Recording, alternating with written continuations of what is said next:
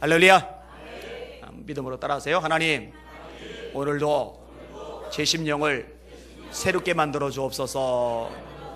아멘. 옆 사람 축복해 주세요. 주님을 더 뜨겁게 사랑합시다. 하나님이 뭔가 하라고 일을 맡기실 때는 그 일을 할 수 있는 능력도 주신다는 거 믿으시길 바랍니다.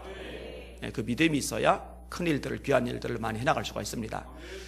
하나님이 40년간 광야에서 양을 치던 모세를 부르셨잖아요. 호렙산 떨기나무 불꽃 가운데서 부르셔서 사명을 주시잖아요. 그 사명의 내용이 뭡니까? 너 가서 애굽에서 압제당하는 노예살이하는 내 백성 이스라엘을 구원해내라. 그게 하나님이 하라고 시키시는 일입니다. 근데 모세는 그럴 능력이 없어요. 40년 전에 바로 왕이 두려워서 그 왕을 피해서 도망한 곳이 미디안 광야이고 거기서 40년간을 살았거든요. 모세가 대답을 합니다. 하나님, 저는 입이 둔한 자입니다. 입이 둔한 자입니다. 근데 하나님이 하셨던 말씀이 있습니다. 네 입을 만든 자가 누구냐? 무슨 얘기예요? 모세는 입이 둔해요. 그렇죠. 40년간 양을 치면서 사람과 정상적인 대화, 연설 같은 거 해볼 기회가 없었으니까 둔해질 대로 둔해졌어요. 맞아요. 그렇지만 하나님은 전능자시란 말이에요. 모세의 입이 둔하지만 둔한 모세의 입을 다시 한번 여셔서 유창하게 말할 수 있도록 작용하실 수 있는 분이 하나님이시란 말이에요. 가능하죠, 하나님이.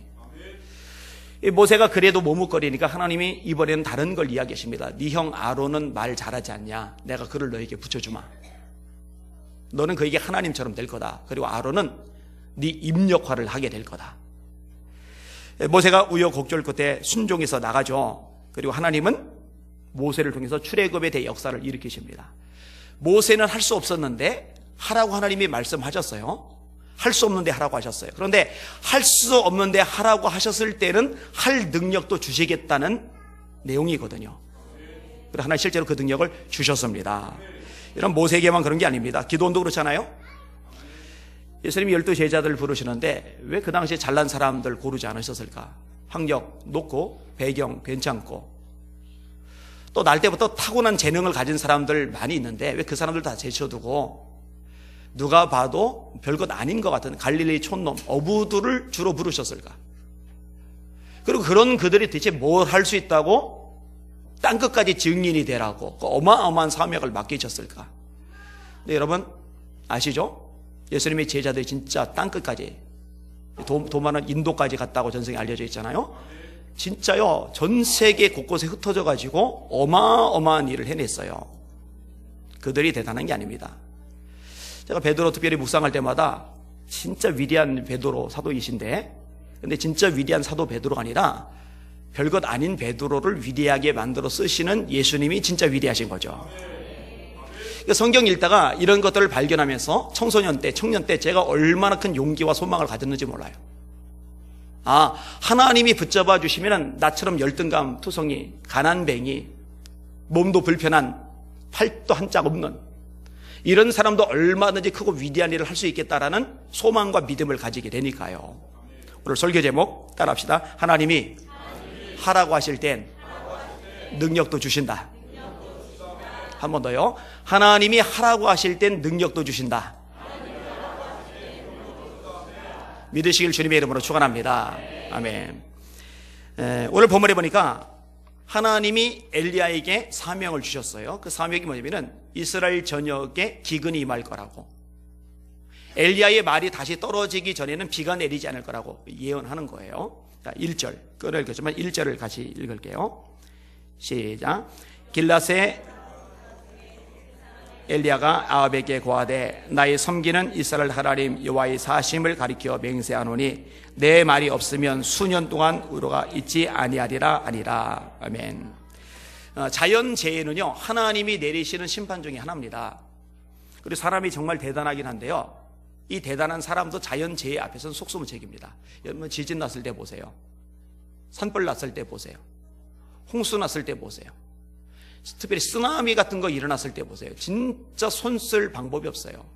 일본이 쓰나미 자주 일어나서 피해를 보잖아요. 일본은 과학기술 같은 면에서요 세계 탑입니다. 근데 쓰나미 일어나는 영상 유튜브에 가서 조금만 검색하면 쉽게 볼 수 있는데 제가 일부러 찾아서 여러 개를 봤거든요. 살 떨립니다. 진짜 무서워요. 어마어마합니다. 어마어마해요. 어제 이제 강석계 권사님 한 분하고 남편 되시는 분이 찾아오셨어요. 남편 되신 분은 지금 강서지방의 남전도 연합회 이제 부회장이시더라고요. 이제 회장 되시는 거고, 원래 권사님이 저를 이제 보고 싶으신 건데 같이 따라오신 거예요. 근데 이분의 딸이 캘리포니아에 있는데, 캘리포니아에 대해서 읽은 기사 내용을 제가 이야기를 해줬습니다. 이 캘리포니아에 호수가 굉장히 큰 게 있어요. 바다처럼 큰 호수가. 어마어마한 호수가. 그래서 이 호수가 아름답고 기온이 따뜻하니까요, 수영하는 사람들이 굉장히 많이 몰렸고, 그 호수 주변에 호텔부터 시작해서 식당, 카페에서 진짜 쫙 이렇게 포진을 했었어요. 근데 요즘 어떻게 되는지 아세요? 이거 다 망했습니다. 다 폐허가 됐어요. 다. 왜냐면요, 호수 가에다가 건물들 잔뜩 지어놨는데 이 사막화가 진행되면서 호수가 쭉쭉쭉쭉쭉 줄어드는 거예요. 그러니까 건물 지은 것하고 호수 물하고 거리가 뚝 떨어져 버리게 된 거예요. 근데 손 쓸 방법이 없어요. 손 쓸 방법이. 우리나라 석천호수 거기도 물이 자꾸 줄어요. 줄었는데 한강물 퍼다가 지금 메우고 있는 거 아시죠? 근데 석천호수 그거는요, 캘리포니아에 있는 호수에 비하면은요, 진짜 한 줌밖에 안 되는, 한 줌밖에. 그러니까 채워놓는 게 가능한데, 이 캘리포니아 지역의 호수는요, 채워놓을 방법이 없어요. 방법이. 상당히 많은 공원의 잔디밭을 없애기로 결정난 거 아셔요? 제가 얼마 전에 한번 인용을 했는데, 최근에 캘리포니아에서 공식적으로 입장을 정했습니다. 공원에 있는 잔디 없애기로 해야 합니다. 이 잔디에 물이 굉장히 많이 소모가 돼요. 근데 더 이상 거기다 쏟아 부을 만큼의 물이 없어요. 여러분, 미국이 경제가 약한 나라입니까? 과학기술이 약한 나라입니까? 아니죠. 그런데 자연재해 앞에는 속수무책입니다. 방법이 없어요. 방법이. 특별히 수년간 비가 내리지 않는다? 이거는 대단한 거예요. 캘리포니아는 수년간 비가 안 내린 건 아닌데도 그 정도인데 수년간 비가 안 내린다. 이거는 무서운 심판인 거예요. 왜? 아합의 죄 때문에, 이스라엘 백성들의 죄 때문에 하나님을 제쳐놨어요. 바알과 아세라를 섬기고 있어요. 하나님 그것을 심판하신 겁니다. 자, 이 말씀에 순종해서 엘리야가 선포를 했고, 그리고 정작 엘리야는 지금 살 길이 없어요. 아합 왕이 죽이려 드리니까. 이때 하나님께서 살 길을 마련을 해주십니다. 2절에서 5절까지 읽을게요.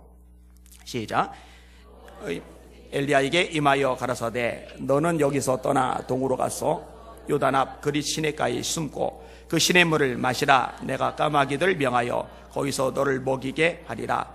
저가 여호와의 말씀과 같이 하여 곧 가서 요단 앞 그릿 시내가에 머물매.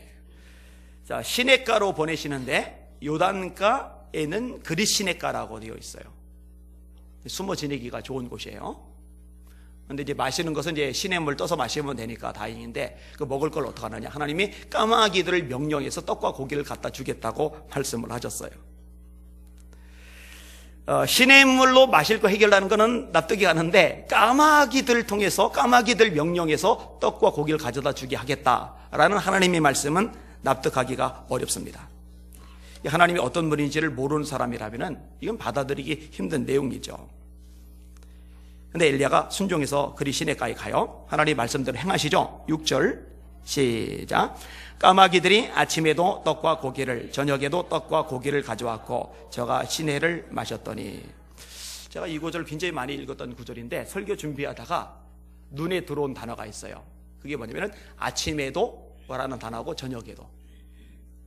아침에 떡과 고기를 갖다 주시고 이걸로 하루 종일 먹은 게 아니라 아침에 먹고 낮 버티고 저녁에도 또 새로 갖다 줘서 새로 먹고 새로 버티고. 까마귀가 한 번 갖다 준 게 아니라 두 번을 갖다 줬어요. 하루에 두 번. 이게 오늘 어제 준비할 때 눈에 확 들어오더라고요. 하나님 참 자상하시다라는 생각이 들었어요. 여러분, 사람이 신실해도요, 이 전능성에 있어서 한계가 있기 때문에 약속을 못 지킬 때가 있잖아요. 근데 하나님은요, 신실하신 데다가 전능하셔요. 그러니까 완벽하게 당신의 약속을 이루시는 거죠.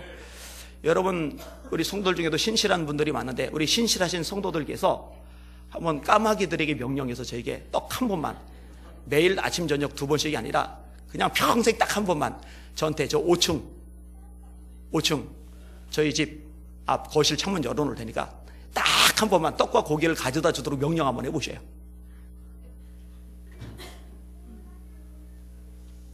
그 말에 순종하는 까마귀가 있으면은 얼마나 좋겠어요, 그죠? 여러분이 명령하면 안 돼요. 여러분이 집에서 키우는 개에게 명령을 해도 절대 말 안 들을 겁니다. 하나님이시니까 가능하게 하시는 거죠. 그죠? 저는 규모 있는 교회에 부임해서 목회를 하는 그런 목회자가 아닙니다. 개척을 했어요, 개척을. 사실 이 개척을 할 무렵에 고생을 꽤 했잖아요, 그래도.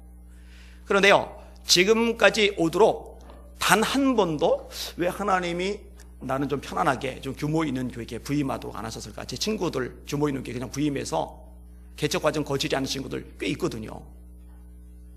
왜 난 그렇게 안 하실까? 그런 생각을 한 번도 해본 적이 없어요. 여러분, 규모 있는 교회 부임을 해가면은요, 사실은 생활이 보장이 됩니다. 개척교회는 생활 보장이 안 돼요. 안 돼요. 게다가 아내랑 저랑은 하나님이 주시면 먹고 안 주시면 금식하자고 결심을 하고서 개척을 했기 때문에 집안의 목사님들이 37분이나 계심에도 불구하고 단 한 군데도 선교 편지 도와달라고 전화 찾아가서 부탁 한번 해본 적이 없거든요. 근데요, 그러길 정말 잘했다고 생각하는 게 뭐냐면요, 하나님이 진짜 까마귀 말고 인간 까마귀들을 통해서요, 진짜 수없이 갖다 주셨어요. 여러분, 하나님은 하실 수 있어요. 하나님 전능자이시거든요. 자, 그런데요, 상황이 더 나빠져요. 자, 그리 시냇가에 물을 마시고 까마귀가 떡과 고기를 가져다 주는데 문제가 뭐냐? 떡과 고기는 계속 까마귀가 갖다 주면 되지만 마실 물 자체가 고갈이 되는 거예요. 시냇물이 말라버린 거예요. 자, 7절 말씀 읽습니다. 시작. 땅에 비가 내리지 아니하므로 얼마 후에 그 시내가 마르니라. 여러분, 물 없이 떡과 고기만 가지고 살 수 있어요? 못 살아요. 죽어요. 그러면 이제 엘리야는 어떻게 돼요? 죽으라는 거요? 아니요, 하나님 그렇게 하지 않았어요. 엘리야에게는 아직 사명이 있어요. 3년 반의 기근이 끝난 다음에 아합 왕 앞에 가야 돼요. 영적 전쟁을 벌여야 돼요. 그리고 사명이 남아있는 자는 하나님이 절대로 데려가시지 않아요. 할 일이 있는데 어떻게 데려가셔요? 하나님의 대안이 뭐냐? 사르밧에 있는 과부에게 명령을 내리는 거예요. 네가 엘리야 좀 먹여라, 공개하라 라고 예전에 했죠. 먹여라. 먹고 마시고 입고 잠자고 하는 거 네가 다 책임져 줘라. 그렇게 명령을 내리신 거예요. 자, 8절 9절 말씀 읽겠습니다. 시작. 여호와의 말씀이 엘리야에게 임하여 가라사대 너는 일어나 시돈에 속한 사르밧으로 가서 거기 유하라. 내가 그곳 과부에게 명하여 너를 공개하게 하였느니라. 자, 하나님이 명하셨다라고 돼 있죠. 하나님이 명령을 하신 거예요. 하나님이 하라고 하신 거예요. 여러분, 하나님이요, 어떤 일을 이루실 때요, 주로 쓰시는 방법은 사람을 활용하신다는 거예요. 까마귀를 통해서 주시는 이런 케이스는 아주 극히 드문 케이스고요, 대다수의 경우는요, 하나님은 반드시 사람을 통해서 하나님의 일을 펼쳐나가십니다. 자, 예수님이 베들레헴 땅에서 태어날 것이 미가서 5장 2절에 예언되어 있습니다. 유대 땅 베들레헴아, 네게서 내 백성을 다스릴 목자가 나리라. 그의 근본은 태초에 영원에 있느니라. 목자가 베들레헴에서 태어나시는데, 메시아가 베들레헴에서 태어나시는데 그때부터 계신 게 아니에요. 태초부터 계시던 분이에요. 우리는 그분이 누군 줄 알아요. 예수님이세요. 미가는 누군지 몰라요. 납득도 안 가요. 베들레헴에서 누가 태어나는데 태초부터 계셨다, 이해가 안 가는 거죠. 자, 예수님의 어머니 마리아가 나사렛에서 만삭된 몸을 끙끙거리며 살고 계실 때 로마 황제가 명령을 내린 거죠. 너희들 고향에 가서 호적 등록해라. 세금 걷어들이려고, 통치자금 만들려고. 그 당시 로마 황제의 명령을 어길 수 있는 사람이 아무도 없기 때문에 황제의 명령에 따라 만삭된 몸으로, 그 불편한 몸으로 끙끙거리면서 베들레헴까지 가서 거기서 출산을 하죠. 결국 로마 황제라는 이 인물은 하나님이 쓰시는 장기돌인 거예요.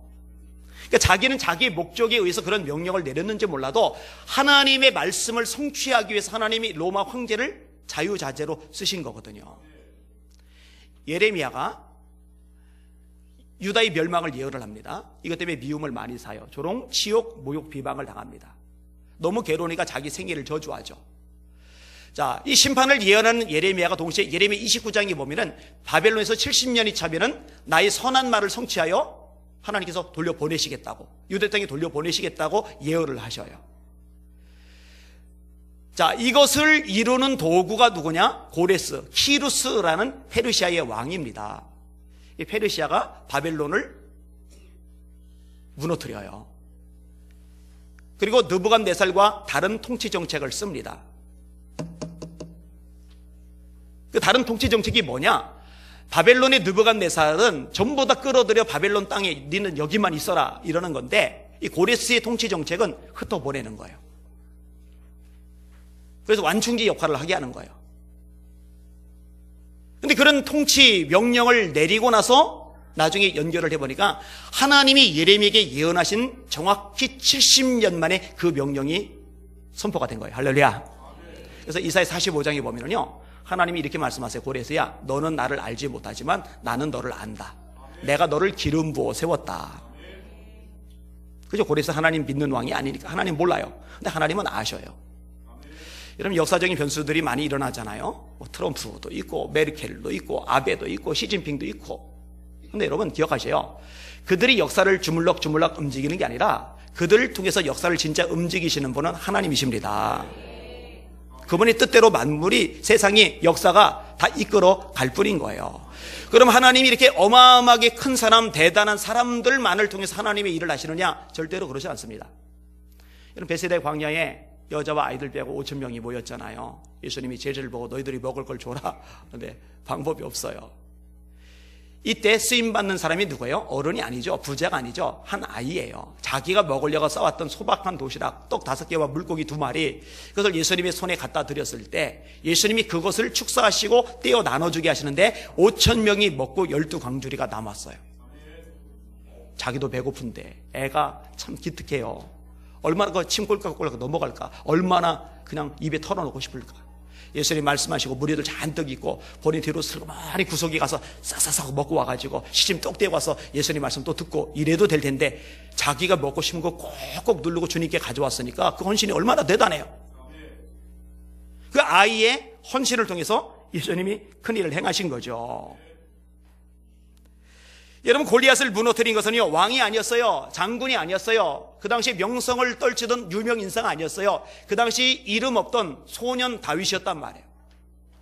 그러나 하나님께서 세상에 미련한 것들을 택하사 지혜로운 자들을 부끄럽게 하려 하시며, 세상에 약한 것들을 택하사 강한 것들을 부끄럽게 하려 하시며, 세상에 천한 것들과 없는 것들과 멸시받는 것들을 택하사 있는 것들을 폐하려 하시나니 이는 아무 육체도 하나님 앞에서 자랑하지 못하게 하려 하심이니라. 오늘 본문에도 그래요. 하나님이 그 당시 부자들, 잘 먹고 잘 사는 사람들 쓰실 수 있는데 이방 여자, 그것도 과부, 사르밧의 과부를 통해서 하나님의 일을, 하나님의 뜻을 펼쳐 가시는 거예요. 참 대단하신 것 같아요. 대단하신 것 같아요. 자, 근데요, 조금 더 생각해 볼 것이 있는데 뭐냐? 자, 하나님이 사르밧 과부에게 명령하셔서 엘리야 먹여 살리도록 하셨다, 이렇게 말씀을 하셨는데 사르밧 과부는 하나님의 명령을 직접 못 받아요. 이 과부가 이 명령을 받는 것은 누구를 통해서 받았어요? 엘리야를 통해서 받아요. 자, 10절에서 13절까지 같이 읽겠습니다. 같이 크게 읽으세요. 시작. 저가 일어나 사르밧으로 가서 성문에 이를 때에 과부가 그곳에서 나뭇가지를 줍는지라. 이에 불러 가로되 청컨대 그릇에 물을 조금 가져다가 나로 마시게 하라. 저가 가지러 갈 때에 엘리야가 저를 불러 가로되 청컨대 네 손에 떡 한 조각을 내게로 가져오라. 저가 가로되 당신의 하나님 여호와의 사심을 가리켜 맹세하노니 나는 떡이 없고 다만 통에 가루 한 움큼과 병에 기름 조금뿐이라. 내가 나뭇가지 2옷을 주어다가 내와 내 아들을 위하여 음식을 만들어 먹고 그 후에는 죽으리라. 엘리야가 저에게 이르되 두려워 말고 가서 네 말대로 하려니와 먼저 그것으로 나를 위하여 작은 떡 하나를 만들어 내게로 가져오고 그 후에 너와 네 아들을 위하여 만들라. 아멘. 자, 하나님께서 과부에게 야, 너 엘리야 내 종인데 먹고 살 길이 막연하다, 네가 먹을 것 좀 줘라 라고 직접 말씀하시는 게 아니라 하나님의 종 엘리야를 통해서 떡 좀 나한테 먼저 가져와, 이런 식으로 이렇게 듣는 거예요. 이런 식으로. 바울 사도도 비슷한 얘기를 하는데요. 데살로니가서 2장 13절입니다. 너희가 내게 들은 바 하나님의 말씀을 들을 때에 사람의 말로 아니하고 하나님의 말씀으로 들음이니 진실로 그러하다. 이 말씀이 너희 믿는 자 속에서 역사하느니라. 자, 바울이 설교를 해요. 데살로니가 성도들이 참 잘했어요. 그래서 바울이 앞부분에 보면은 이러므로 우리가 하나님께 쉬지 않고 감사함은, 바울이 쉬지 않고 감사한 기도의 내용이 뭐냐, 뭐 때문에 이렇게 쉬지 않고까지 감사했느냐. 바울이 설교할 때 이 설교를 인간 바울의 말로 듣지 않고 하나님의 말씀으로 들은 거예요. 그리고 그렇게 믿고 들으니까 속에서 역사가 일어나는 거예요. 여러분 잘 들으세요. 딴소리 하면 모를까, 성경을 가지고 그대로 벗어나지 않고 설교를 하는데 이거를 사람 안희환의 말로 듣잖아요. 그럼 문제들이 발생하는데요. 졸아요. 그 조는 게 가능해집니다. 딴짓합니다. 딴짓하는 거 얼마든지 가능합니다. 한 귀로 한 귀로 흘려버릴 수 있어요. 또 듣지만 안 움직여요. 행하질 않아요. 그리고 골라 먹어요. 마음에 들면 아멘, 마음에 안 들면 입 다물어요. 근데 진짜로 하나님의 말씀이다, 내게 지금 이 시간 내게 말씀하고 계신다, 하나님이 직접 말씀하고 계신다, 이걸 정말로 믿으면 정신 바짝 차리게 돼요. 뭐 사람 쳐다봅니까? 뭘 고개 숙입니까? 뭐 딴 걸 들여다보고 막 딴 생각을 합니까? 하나님이 지금 내게 말씀하고 계시는데, 여러분 이게 명확해지시길 바랍니다. 이게 신앙의 기초 중에 기초예요.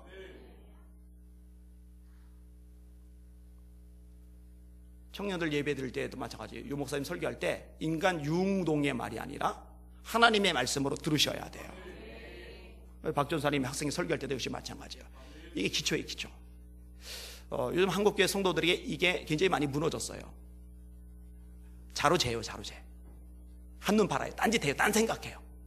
하나님에 대한 두려움, 경외가 없어요. 심각합니다. 정말 심각해요. 잘못된 거예요.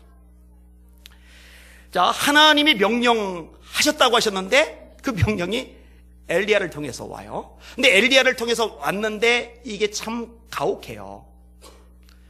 통에 가루가 조금 남았고 병에 기름이 조금 남았는데 이거 반죽해 먹으면 자기 먹고 아들 먹고 그리고 죽기를 기다릴 거라고 그래요. 나뭇가지 두옷을 주어다가 라고 돼 있죠. 나뭇가지 두옷을 주어다가. 왜냐면 양이 워낙 적으니까 나뭇가지 많이 주어봐야 그 화력 다 쓸모가 없는 거예요. 나뭇가지 두옷만 주어다가 해도 충분히 요리가 될 만큼 양이 적다는 거예요. 근데 여러분 그걸 내놓으라는 거예요. 아들 주지 말고, 아들 먼저 주지 말고 나한테 먼저 가져오라는 거예요. 이거 안 쉬워요. 절대 안 쉬워요. 약속의 말씀이 주어지지 않은 건 아닙니다. 그 약속의 말씀이 14절인데 같이 읽어볼게요. 시작. 이스라엘 하나님 여호와의 말씀이 나 여호와가 비를 지면에 내리는 날까지 그 통의 가루는 다하지 아니하고 그 병의 기름은 없어지지 아니하리라 하셨느니라. 자, 약속의 말씀이죠. 그 통의 가루 없어지지 않을 거야. 그 병의 기름 줄어들지 않을 거야. 근데 약속의 말씀이 주어진다 하지만 이거 어떻게 믿어요? 여러분 이거 믿을 수 있어요? 어렵단 말이에요. 자, 여러분들이 하나님의 말씀을 들어요. 너희는 먼저 그의 나라와 그의 의를 구하라. 그리하면 이 모든 것을 너희에게 더하시리라. 여러분들 약속의 말씀 들었잖아요. 하나님의 나라와 의를 먼저 구하라고. 여러분 전도하는 거 먼저 하세요. 주님께서 여러분에게 말씀하시는 것 먼저 순종하세요. 이번 부흥회 때도 만사 제쳐놓고 새벽, 오전, 저녁 다 참석하세요. 먼저 주님의 나라 의를 구하는 거잖아요. 그럼 나머지 거 더 하신다. 그 앞부분에 보면 무엇을 먹을까, 무엇을 마실까, 무엇을 입을까 염려하지 말아라. 이는 다 이방 사람들이 구하는 것이요 너희 천부께서는 너희에게 있어야 할 것을 다 아시느니라. 그리고 너희는 먼저 그의 나라와 그의 의를 구하라. 약속이에요. 처음에 앞부분은 하라. 세상 거 염려하지 말고 걱정하지 말고 그것 때문에 바둥바둥거리며 신경 쓰지 말고 하나님의 나라와 의를 먼저 구해라. 이게 이제 명령이고, 약속은 뭐냐? 그러면 뭘 먹을까, 뭘 마실까, 뭘 입을까 이것도 내가 다 책임져 주마. 약속이거든요. 근데 사실 믿기 힘들거든요. 안 믿어져요. 믿기 어려워요. 믿으면은 그렇게 하죠. 안 믿어지니까 그게 안 되는 거예요. 이 사렙과 과부도 마찬가지예요. 먼저 나한테 가져와. 아들 마지막 목숨하신데 나한테 먼저 가져와. 네 아들보다 내가 우선이야. 그러면은 하나님이 계속 먹고 살도록 길 열어주실 거야.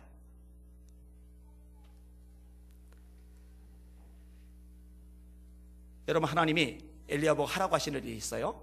하나님이 사르밧 과부에게 하라고 하시는 일이 있어요. 엘리야에게 할 수 있는 능력을 하나님이 주셔요. 사르밧 과부가 할 수 있는 능력도 하나님이 주시는 줄 믿으시길 바랍니다. 그러니까 하나님의 선지자도 하라는 대로 하는 거고, 평범한 일반 백성도 하나님이 하라는 대로 하는 거고, 그리고 할 수 있는 능력은 하나님께서 주시는 것이고, 하나님 약속의 말씀을 이루십니다. 자, 볼게요. 15절 16절 읽겠습니다. 시작. 저가 가서 엘리야의 말대로 하였더니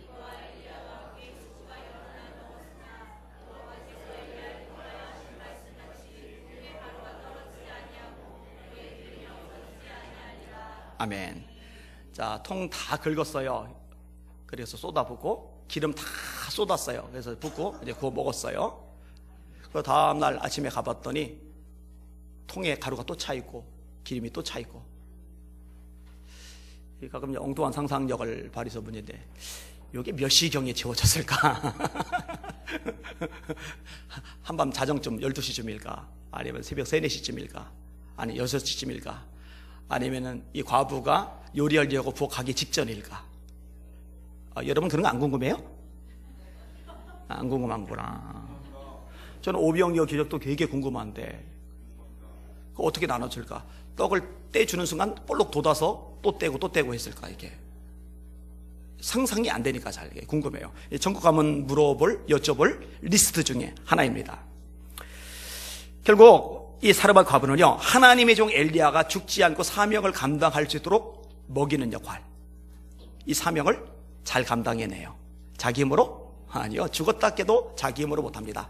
하나님이 그렇게 할 수 있는 능력을 사르밧 과부에게 주신 거죠. 여러분, 이 전능하신 하나님 믿으십니까? 네. 믿으시길 바랍니다. 몇 년 전 하와이 호나이 갔잖아요. 국제회의가 열렸잖아요. 제가 그때 결심을 한 게 있는데, 영어 공부 좀 하자.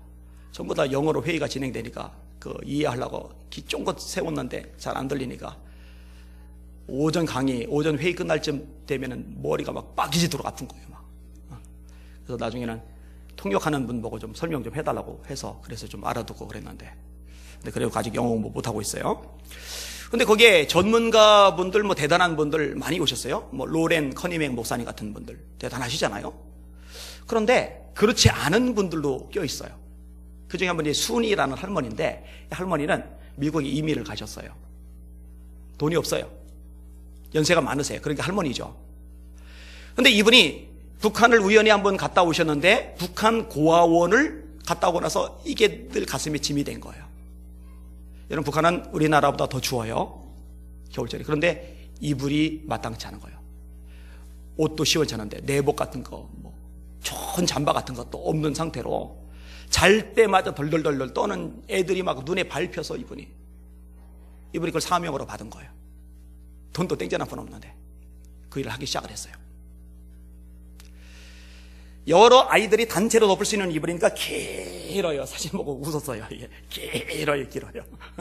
가운데 있는 애가 이불 걷어차려고 해도 걷어찰 수가 없는 이불 구조예요. 게다가 꽃무늬 같은 것도 이렇게 해놨어요. 이쁘게 아주 마련해서. 이런 식으로 돕기 시작을 했는데요, 얼마치를 도왔는지 아세요? 60억. 이번에 눈에 지금 또 밟히는 게 뭐냐, 그때 이제 막 구상해서 진행하려고 하던 건데, 노안이 왔는데 안경점이 없답니다. 북한에는요. 그래서요, 중년 좀 지나가고 나서 노안이 온 다음에 글 자체를 못 읽고 이 활동 자체가 불편한 사람들이 그렇게 많대요. 그래서 그들을 위해서 안경을 만들어주는 거, 그 프로젝트 착수를 또 하셨어요. 여러분, 그 마음을 주신 분 하나님이시죠? 그 일을 할 능력을 주신 분도 하나님이시죠? 하나님이 주시는 거예요. 근데 여러분, 진짜 중요한 게 있는데, 그게 뭐냐? 한번 따라합시다. 그가 가서 엘리야의 말대로 하였더니, 요게 굉장히 중요한 구절, 핵심 구절입니다. 그가 가서 엘리야의 말대로 하였더니. 당신이 아무리 하나님의 종이지만, 선지자지만 안 돼요. 말이 되는 소리를 하세요. 내 목숨, 내 아들의 목숨이 걸린 건데 어떻게 당신에게 먼저 이걸 내놓는단 말입니까? 난 못해요. 이러면 안 돼요. 그가 가서 엘리야의 말대로 하였더니 통의 가루가 없어지지 않고 병의 기름이 없어지지 않게 된 거죠. 하였더니, 엘리야의 말대로 하였더니, 엘리야의 말대로 하였더니, 이게 중요해요. 여러분, 아까웠다고 생각을 해봐요. 아들 생각하니까 막 눈에 밟혀가지고 가슴이 막 무너져 내리는 것 같아가지고 난 도저히 그렇게는 못하겠다. 당신이 아무리 하나님의 종이지만, 당신의 입에서 나오는 말이 아무리 하나님의 말씀이라지만 나는 이것만큼은 참 못하겠다. 아들 먹여야 되겠다 했더라면 어떻게 됐을까요? 그거 먹고 끝이죠. 자기도 죽어요. 아들도 죽어요. 근데 그가 가서 엘리야의 말대로 하였더니 자기도 살고 아들도 살아요. 그리고 하나님의 종 엘리야도 얼마든지 먹여 살리게 되었어요. 이게 중요해요. 나는 우리 교회 성도들이 움직이는 성도들 되기를 원해요. 좀 움직입시다.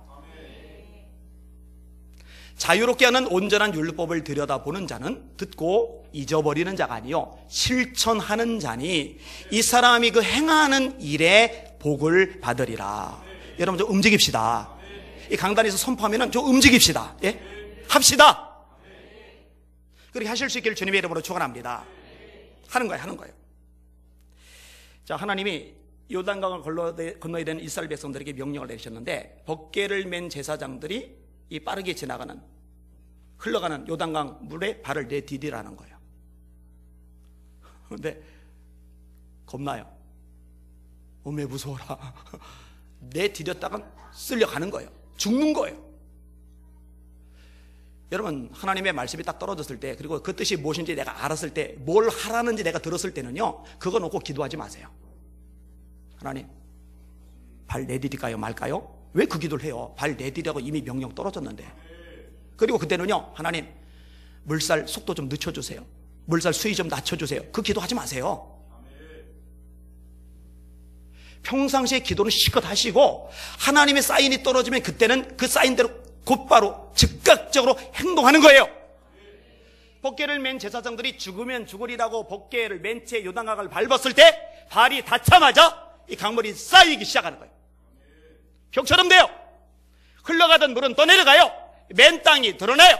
온 백성들이 건너가는 거예요. 뗏목도 없었는데, 배도 없었는데, 다리도 없었는데, 수영 실력도 없는데, 건너갈 방법이 전혀 없는데 하나님이 하라는 대로 하였더니 길이 열린단 말이에요. 여러분, 이런 걸 경험해야 신앙이 재미가 있어요. 제가 목회하면서 깨닫는 게 뭐냐, 하나님 말씀 전하잖아요. 근데 성도들 성평표를 보니까 듣고 순종하기가 참 어려워요. 그대로 따라하기가 힘들어요.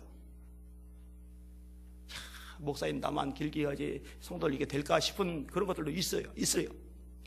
근데 그럼에도 불구하고 에휴 눈 질끈 갖고 한번 해보자고 움직이는 성도들이 있어요. 그 성도들이 하나님의 복을 받더라고요. 그 성도들이 하나님의 능력을 경험하더라고요. 계산하면 안 돼요. 따지면 안 돼요. 상황 이리저리 재면 안 된단 말이에요.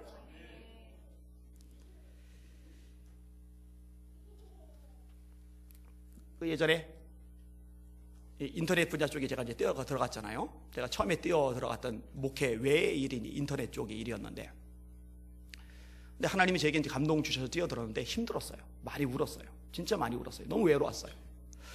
근데 이제 지금도 친하게 지내는 최국기 기자님이라는 분이 있어요.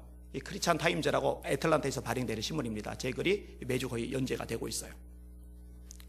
근데 이 기자님이 저를 찾아와서 얘기를 하면서 끄집어냈던 게 이거예요. 목사님, 이제는 혼자 그렇게 애쓰지 마시고 사람들하고 같이 하세요. 그때 제가 얘기했어요. 지금도 생생하게 얘기하는데, 기자님 저도 그러고 싶은데 제가 누구 보고 같이 하자고 얘기를 합니까? 왜냐면은 얘기 끄집어냈다가 오해만 사고 욕만 먹고 왜 쓸데없는 짓 하냐고 이런 얘기 듣고 그랬었거든요. 공감이 안 되니까, 그 중요성이 안 보이니까. 근데 그 기자님이 저보고 어떤 얘기를 했냐면은 아침에 목사님 만나러 오기 전에 정말 기도를 많이 하고 왔어요. 하나님이 제게 말씀해 주셨어요. 사람 붙여주신대요. 그리고 실제로 그 이후에 사람들이 붙기 시작을 했는데 첫 출발이 뭐냐? 박명수 교수님이 신학대학교 교수님들하고 이게 모임을 갖는 데가 있어요. 거기 와서 이 인터넷 분야에서 강의를 해달래요. 그래서 강의를 했어요. 이게 제가 첫 번째 이제 강의한 순간입니다. 근데 그 강의 자리에 에스더 기도 운동본부의 스태프분이 참석을 하셨어요. 그분이 자극을 받았어요. 그래서 이용희 교수님한테 제 얘기를 했어요. 그래서 에스더 기도 운동본부 금요 철야 11시부터 새벽 5시까지 국가만을 위해서 기도하잖아요. 그렇게 많은 사람들이 거기서 이제 강의를 해달라고 연락을 받았어요. 그래서 거기서 연락을 해요. 그게 이제 두 번째 강의. 그 다음부터 이제 물밑들이 밀려드는 거죠. 밝은 인터넷 같은 시민단체도 이제 그렇게 해서 만들어진 거고, 여의도 순복음교회도 팀 같은 거 만들 때 저한테 와서 자문 구했어요. 오륜교회 같은 데도 저한테 와서 자문 구했어요. 그래서 인터넷 사역하면은 하여튼 우리 한국교회에서 제가 원조가 돼버렸어요. 저도 모르는 사이에. 세월이 좀 지났어요. 새벽 기도 중에 하나님이 저에게 감동을 하셔요. 한국교회를 위한 전략팀을 만들어라. 기독교 싱크탱크를 만들어라. 제가 못한다고 그랬어요. 모세 말이 이해가 확 됐어요. 왜냐? 이런 거는 대형교회 목사님이 하셔야죠. 연륜 지긋한 분이 하셔야죠. 이건 내가 할 일이 아니에요. 제가 뭔 능력으로 한국계 전체 전략을 제시하는 그런 싱크탱크 같은 걸 만들어요. 하나님 이거는 아닌데요. 이 생각이 드는 거예요. 근데 기도할 때마다요 계속 압박이 와요. 그래서 내가 이렇게 시달리느니, 이렇게 시달려서 피말르느니 차라리 그냥 망하더라도 순종하자. 하나님 하라는 소리 하자 하고 했어요. 했는데 아까 말했죠. 하나님이 하라고 하시잖아요. 순종하면은요 할 능력을 하나님이 주십니다. 각 분야의 전문가들을 하나님이 다 그냥 알아서 연결을 해줬어요. 몇 년 전에 기독교 싱크탱크 제가 대표인 단체하고 공공정책 포럼, 이건 이제 신학대학 교수를 중심으로 만들어진 단체예요. 이 두 단체를 중심으로 기독교 공공정책 공청회가 열렸어요. 그리고 거기서 40개 정도 전략이 만들어졌고, 이걸 중심으로 한국 기독교 공공정책위원회가 만들어졌어요. 이 대표회장이 이제 김사만 목사님이 되셨고, 제가 이제 실무회장으로 일을 했어요. 할 능력도 하나님이 주시더라고요. 어느 날 기도 중에 또 하나의 감동이 왔어요. 믿지 않는 불신자들과의 통로를 만들라는 거예요. 근데 다양한 것들이 있어요. 그 중에 하나가 뭐냐면 문학이라는 거였어요. 문학. 그래서 시작한 것이 시 전문 잡지 시인마을입니다. 근데 문제는 저에게 힘이 없어요. 여러분, 온누리 교회가 이 문화사역이 탁월합니다. 온누리 교회에서 CGN TV를 만들었죠. 선교사들이 제일 많이 보는 방송입니다. 이 CGN TV요, 돈이 천문학적으로 들어가요. 거기 빛과 소금이라는 잡지 만들죠. 목회와 신학이라는 잡지 만들죠. 이거 그런데 그 교회는 몇십억씩 쏟아 부을 수 있는 힘이 있는 교회니까. 근데 내가 뭔 힘이 있어서 우리 교회가 그렇게 막 몇천만 원, 몇십억씩 대줄 여건이 아니잖아요. 근데 하는 거예요. 창간호 출판 기념식 때 현대시협 회장이셨는지 이사장이셨는지가 축사를 하셨어요. 우리나라 문학 주류 중에 주류죠. 가장 핵심 중에 있는 분이죠. 근데 그분이 와서 축사가 아니라 참 듣기 불편한 얘기를 했어요. 잡지 시작하면 집 팔아야 합니다. 목사님이 됐죠? 교회 팔아야겠네요. 그게 축사예요, 축사. 축사하러 왔으면 좋은 얘기를 좀 하셔야지. 이거 팔릴 뻔했어, 이거요.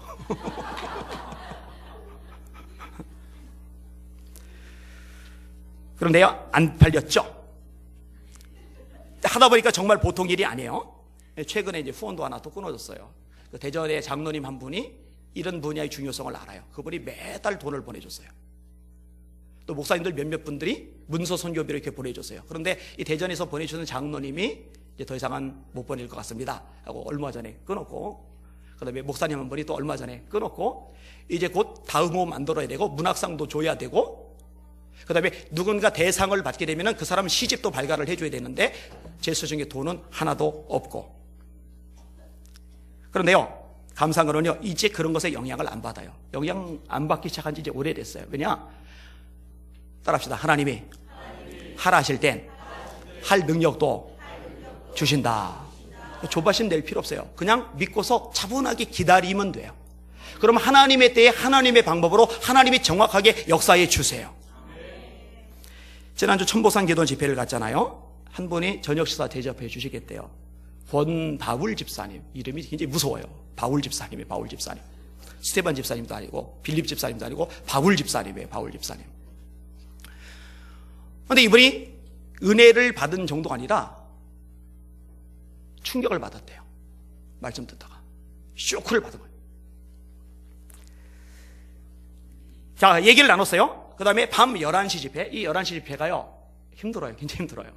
새벽 1시가 넘어야 이제 집회가 끝나요. 그러니까 1시 넘어서 집회가 끝난 다음에는 제 몸이 완전히 천근만근이기 때문에요. 전화하고 뭐 누구 만나는 거고 뭐고 다 싫어요. 다 싫어요. 다 귀찮아요.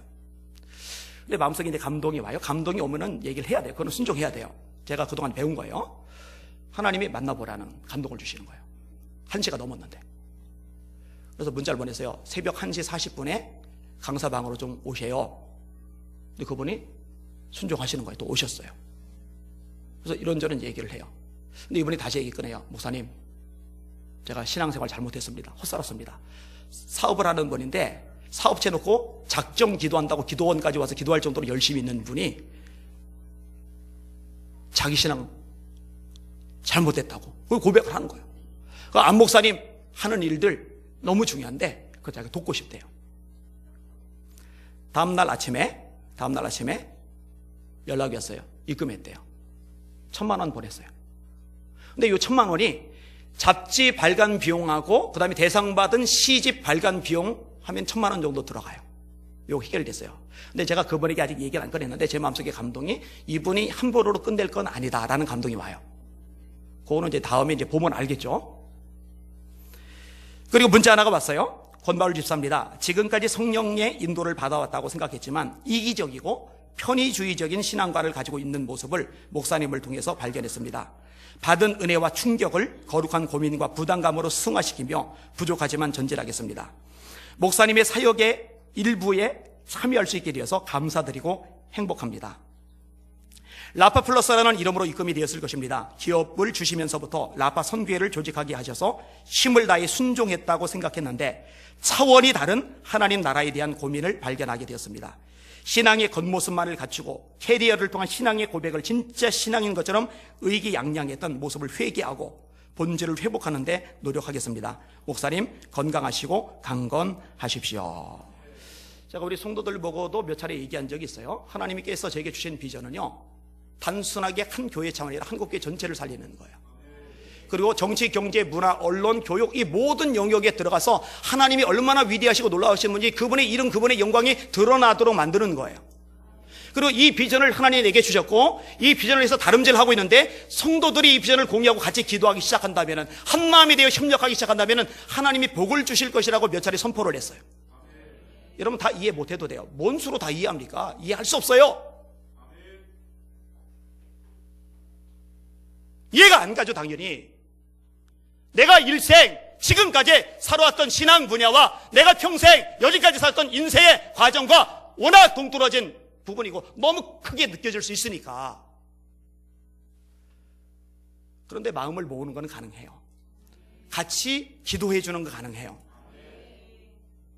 여기 동참하실 수 있는 여러분들 되시길 주님의 이름으로 축원합니다. 안 보여도 돼요. 안 알아줘도 돼요. 괜찮아요. 아, 중요하구나. 감만 잡고 기도해 주시고 힘을 써 주시면 되는 겁니다. 자, 마저 더 살펴볼게요. 순종했어요. 말이 안 되는데 가서 엘리야의 말대로 하였더니, 어떻게 그걸 아무리 지가 하나님의 종이면 하나님의 종이지 이런 걸 어떻게 요구할 수 있어, 이렇게 말할 만한데 하는 거예요. 아, 그래, 하자. 하나님 종이 하라시네, 하자 했더니 하나님 할 능력을 주셨어요. 그 다음에 덤으로 주어진 게 뭐냐, 그냥 쭉 읽고 정리를 해볼게요. 자, 17절 18절을 같이 읽어봅시다. 시작. 이 일 후에 그 집 여인되는 여인의 아들의 병들어 증세가 심히 위중하다가 숨이 끊어진지라 여인이 엘리야에게 이르되, 하나님의 사람이여, 당신이 나로 더불어 무슨 상관이 있기로 내 죄를 생각나게 하고 또 내 아들을 죽게 하려고 내게 오셨나이까. 아들이 죽었어요. 19절 에서 22절까지 엘리야가 그 아들을 살립니다. 시작.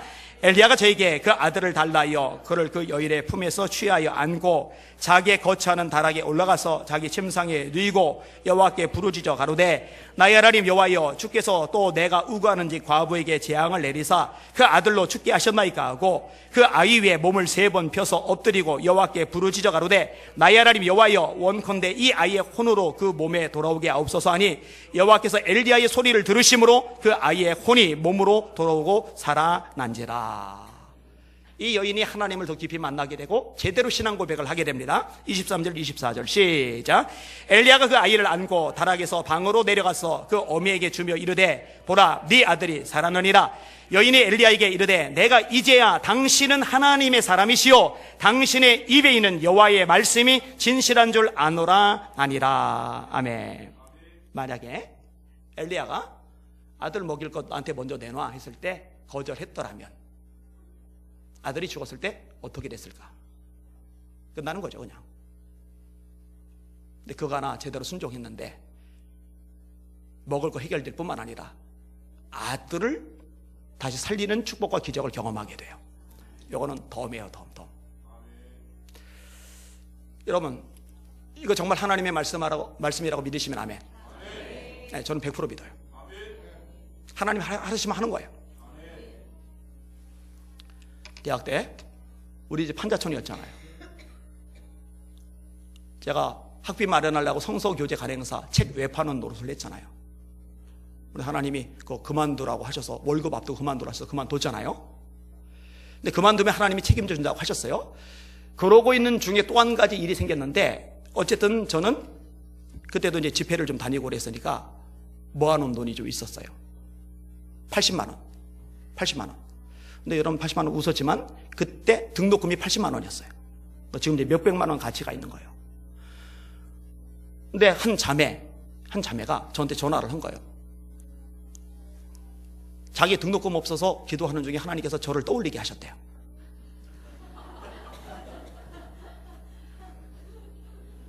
왜 제가 떠올랐는지 모르겠어요. 이제 알바도 그만뒀고 이걸로 다음번 학비 내야 되는데 이번 학기 냈고 하나님 진짜 다 아시더라고요. 어떻게 했겠어요? 톡톡 긁어서 보내줬죠. 여러분 그리고 나서 하나님께서 전액 장학금 4학년 졸업할 때까지 그냥 성적 우수 장학금이 아니에요. 고전 장학지다. 종근당 회사에서 주는 장학금이라 이 장학금은 되게 편한 장학금이에요. 해결됐어요. 여러분 이런 얘기들도요 제가 언제 한번 다 정리를 할 거예요. 순종할 수 없는 상황인데 내 상황에서 이거는 말이 안 되는데 아까 사실 기독교 신학된 것도 그래요. 시 전문 잡지도 마찬가지예요. 할 수 없어요. 내 힘으로 안 돼요. 이건 불가능해요. 생고생만 해요. 그런데 하나님이 감동하시면, 감동이라는 표현을 몇 번 썼는데 하나님이 하라 하시면 하는 거예요. 여러분 성경 수없이 반복해서 읽잖아요. 읽다가 부딪혀오는 말씀이 있으길 레마라고 그래요. 레마. 그러면은요 그대로 하는 거예요. 그럼 기적이 일어나요. 역사가 일어나요. 이걸 봐야, 이걸 경험해야 신앙의 역동성이 있고 간이 배밖에 나와요. 겁이 안 나게 돼요. 따라합시다. 하나님이 하라 하실 땐 할 능력도 주신다. 근데 하나 중요한 거 있다고 그랬죠? 그가 가서 엘리의 말대로 행하였더니. 순종하시는 하나님 앞에 여러분의 믿음을 보이시는 우리 복있는 성도들 되시기를 예수님의 이름으로 축원합니다. 우리 하나님 살아계십니다. 우리 하나님 전능하십니다. 그 하나님을 날마다 경험하는 능력 있는 우리 성도들 되시기를 예수님의 이름으로 축원합니다. 기도합니다.